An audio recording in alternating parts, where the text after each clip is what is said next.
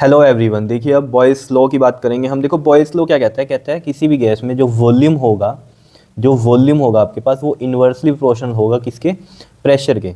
कब? At constant temperature. Temperature constant रखोगे तो volume is inversely proportional to pressure. मतलब क्या हुआ कि अगर आप प्रेशर बढ़ाओगे तो वॉल्यूम कम हो जाएगा, या आप ऐसे कह सकते हो कि अगर आप वॉल्यूम कम करोगे तो प्रेशर बढ़ जाएगा। ठीक है, और वॉल्यूम ज़्यादा करोगे तो प्रेशर कम हो जाएगा। इन्वर्सली प्रोपोर्शनल का मतलब ये होता है एक कम होगा दूसरा ज़्यादा हो जाएगा। जैसे कि देखो, जैसे मान लो ये एक कंटेनर है, ठीक है, और यहाँ पर ये पिस्टन लगा हुआ है ये, ठीक है, और यहाँ पर क्या ऑब्वियस सी बात है गैस है तो उसके मॉलिक्यूल्स मैंने इस तरीके से बना दिए इसमें। ठीक है, क्लियर है। अब यहाँ पर क्या है, हमने क्या किया, मान लो इसका हमने प्रेशर बढ़ा दिया। प्रेशर हम कैसे बढ़ा सकते हैं इसमें बताओ? हम क्या करेंगे, इसका पिस्टन नीचे की ओर दबा देंगे। ठीक है, प्रेशर बढ़ा दिया हमने। ठीक है, प्रेशर क्या किया इस केस में, हमने प्रेशर को इंक्रीज किया। अब प्रेशर इंक्रीज कैसे हो सकता है, इसको दबाएंगे तभी होगा ना। प्रेशर इंक्रीज हुआ और ये देखो कैसे हो गया होगा इंक्रीज, ये बहुत पास आ गए होंगे जो मॉलिक्यूल्स हैं, है ना। पहले थोड़ा दूर दूर थे, अब जब हमने पिस्टन को नीचे किया तो प्रेशर बढ़ गया। प्रेशर कैसे कह रहे हैं हम, बढ़ गया। ऑब्वियस बात है ये पास पास में आ गए होंगे। ठीक है, और ज़्यादा कोलाइड हो रहे होंगे। इधर जो वॉल्स हैं इस पर भी प्रेशर ज़्यादा एक्सर्ट कर रहे होंगे क्योंकि आपने प्रेशर बढ़ा दिया। ठीक है, प्रेशर आपने बढ़ा दिया तो देख लो यहाँ पर वॉल्यूम कम नहीं हो गया, वॉल्यूम कम नहीं हो गया। यहाँ वॉल्यूम देख लो कितना है, अगर आप इस तरीके से कंसीडर करो और यहाँ वॉल्यूम देख लो। क्लियर है इतनी बात? ठीक है, इस तो हमने यहाँ पर क्या समझा कि प्रेशर बढ़ाया तो वॉल्यूम कम हो गया। या आप इस तरीके से भी कर सकते हो कि इसमें इस वाले केस को दोबारा रिवर्स कर दो कि आपने पिस्टन को ऊपर कर दिया। ऊपर कर दिया तो मतलब क्या किया आपने, प्रेशर को घटा दिया। प्रेशर घटा दिया तो यहाँ पर ये वॉल्यूम बढ़ गया। क्लियर है इतनी बात, ये चीज़ समझ रहे हो? ठीक है, दूसरा भी इसमें आप समझ सकते हो इसके अंदर क्या, देखो जैसे ये इस तरीके से मैं कह रहा हूँ आपको, नॉर्मल अगर हम बात करें यहाँ पर ये है पिस्टन एक, ठीक है, और ये है यहाँ पर गैस मॉलिक्यूल। ठीक है, अब मैं इसमें आपको ये कह रहा हूँ कि यहाँ पर हम वॉल्यूम बढ़ा दें। मैं उल्टी बात कर रहा हूँ, पहले मैं क्या कह रहा था कि प्रेशर बढ़ा रहे हो तो वॉल्यूम घट रहा है।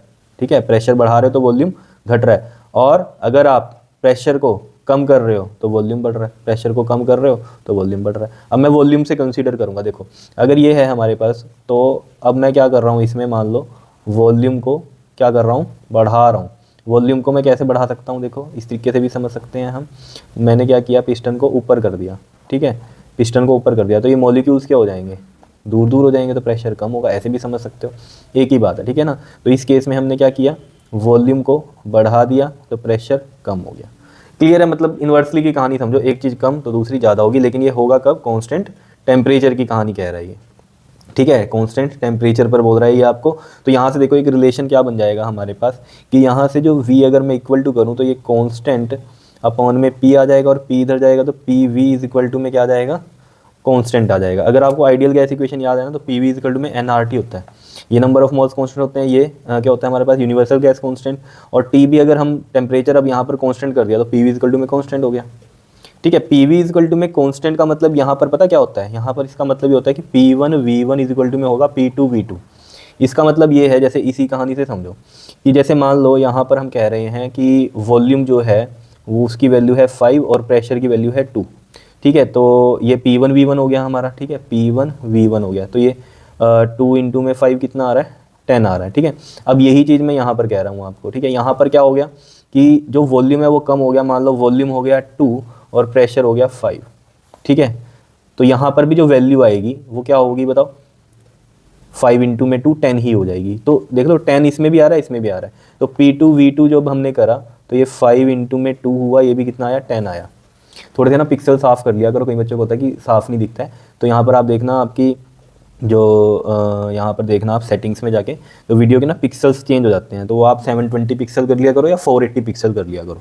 ठीक है, कई बार वो 144 पिक्सल में चला जाता है तो आपको धुंधला नज़र में आता है, और वैसे भी यहाँ थोड़ा छोटा ही लिख रहा हूँ मैं। तो समझने की बात क्या है कि यहाँ ये P V equal to constant का मतलब क्या है कि यहाँ वॉल्यूम जितना बढ़ेगा, ठीक है, प्रेशर कम हो रहा है, लेकिन जब अगली बार आप करोगे तो वो अगर आप वॉल्यूम बढ़ा रहे हो तो क्या होगा, प्रेशर उतना ही कम हो जाएगा कि उस हिसाब से कम होगा कि जो प्रोडक्ट है वो वैल्यू सेम रहे। जैसे यहाँ पर वॉल्यूम 5 था, प्रेशर 2 था। ठीक है, तो पी वी 10 आया। यहाँ पर भी क्या हो रहा है हमारे पास, प्रेशर 5 हो गया, वॉल्यूम 2 हो गया। अगर वॉल्यूम हमारा घट के 2 हो गया तो प्रेशर ऑटोमेटिकली 5 होगा, ताकि इनका मल्टीप्लाई होकर क्या आए, 10 आए। तो ये मैं समझाने की कोशिश कर रहा हूँ कि P1V1 इक्वल टू में P2V2 होता है।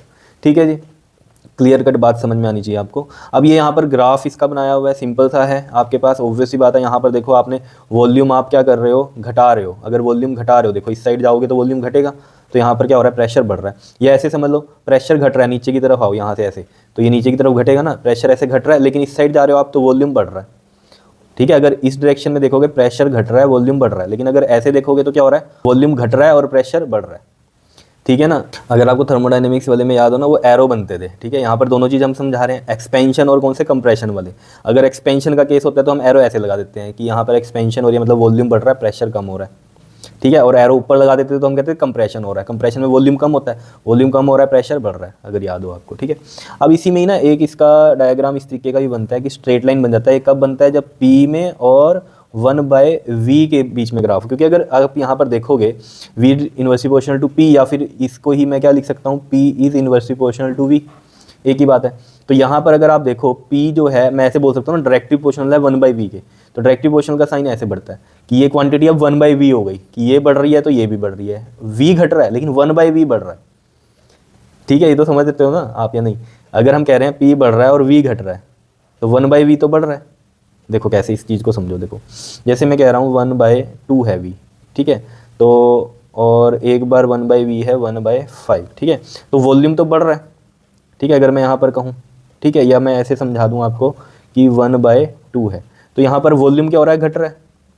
वॉल्यूम क्या हो रहा है, घट रहा है। अगर आप देखो प्रेशर बढ़ रहा है, मैं कह रहा हूँ वॉल्यूम घट रहा है, 5 हो गया फिर 2 हो गया, लेकिन 1/, में अगर देखेंगे हम पूरी वैल्यू तो ये बढ़ रही है। देखो 1/5 क्या होगा, 0.2 होगा और ये 0.5 होगा।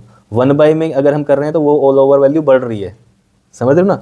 वॉल्यूम को देखो तो घट रहा है ना, वॉल्यूम का प्रेशर बढ़ेगा तो वॉल्यूम क्या होगा, घटेगा इनवर्सली प्रोपोर्शनल से, लेकिन 1/v के डायरेक्टली होगा, क्यों, प्रेशर बढ़ रहा है तो 1/v क्या हो रहा है, यहाँ से देखो 1/v की वैल्यू देखो बढ़ रही है।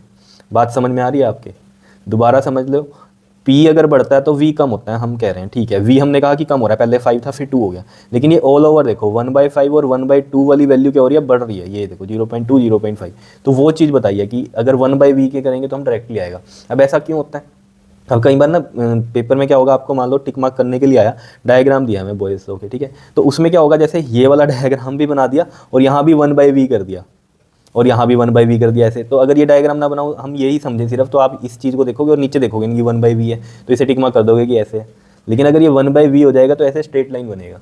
ठीक है, चलो अब समझते हैं इसकी डेरिवेशन। डेरिवेशन में क्या कहता है अकॉर्डिंग टू जो काइनेटिक थ्योरी है, जो प्रेशर हमने फॉर्मूला निकाला था एग्जैक्ट बाय गैस, वो क्या था, P is 1/3 rho, rho is density, V RMS का स्क्वायर, यही था। ठीक है, अब अगर रो को हम लिख सकते हैं कैपिटल M/V, वो V इज वॉल्यूम, तो मैं इसको अगर लिखूँ 1/3 M/V, ठीक है, और ये वाला क्या है, V RMS का स्क्वायर, ये V वॉल्यूम है, ये हमारे पास एवरेज वेलोसिटी थी। ठीक है, रूट मीन स्क्वायर वेलोसिटी थी एक तरह से हम ये कहें। ठीक है, क्लियर है, इतनी बात समझ में आई। अब यहाँ से मैं क्या करूँगा, ड्राइव क्या कर रहा हूँ कि यहाँ से भी मैं PV इक्वल टू में कॉन्स्टेंट बना सकता हूँ। कैसे बना सकता हूँ, देखो इसको कॉन्स्टेंट, देखो अगर मैं इसको V को इधर ले जाऊँ तो ये बन जाएगा PV इज इक्वल टू में 1/3 MV RMS का स्क्वायर। ठीक है, अब आपको पता है अगर कांस्टेंट टेम्परेचर कर दो, क्योंकि अगर आपको रिलेशन वहाँ से याद है ना, तो एक आया था हमारे पास एनर्जी इज क्या था हमारे पास, वो डायरेक्टली प्रोपोर्शनल आया था टेम्परेचर के, और एक आया था हमारे पास V RMS is directly proportional to √/T।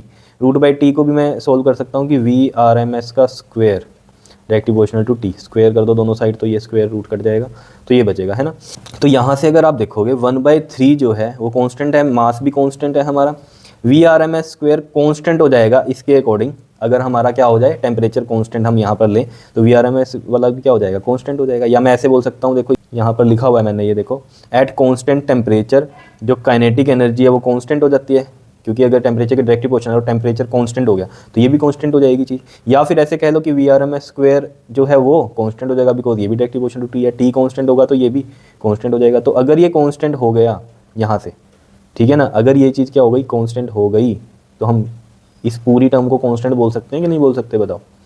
तो वही चीज़ हुई है यहाँ पर। ठीक है, तो यहाँ पर मैं ऐसे लिख सकता हूँ, एज वी नो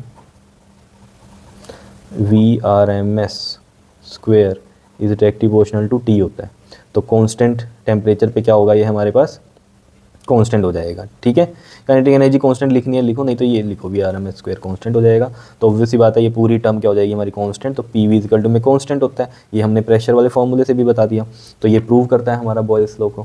क्लियर है इतनी बात या नहीं, बताओ। ठीक है, तो यहाँ से भी ये कहानी हमारी सही बनती है। ठीक है, क्लियर है? बता दो कोई दिक्कत हो इसमें तो P V is equal to में कांस्टेंट। और मेनली बॉयस लॉ ने क्या कहा आपको कि V is inversely proportional to P at constant temperature. पूरी कहानी मैंने आपको बता दी इसकी। क्लियर कर लोगे इसको? Okay ji, thank you.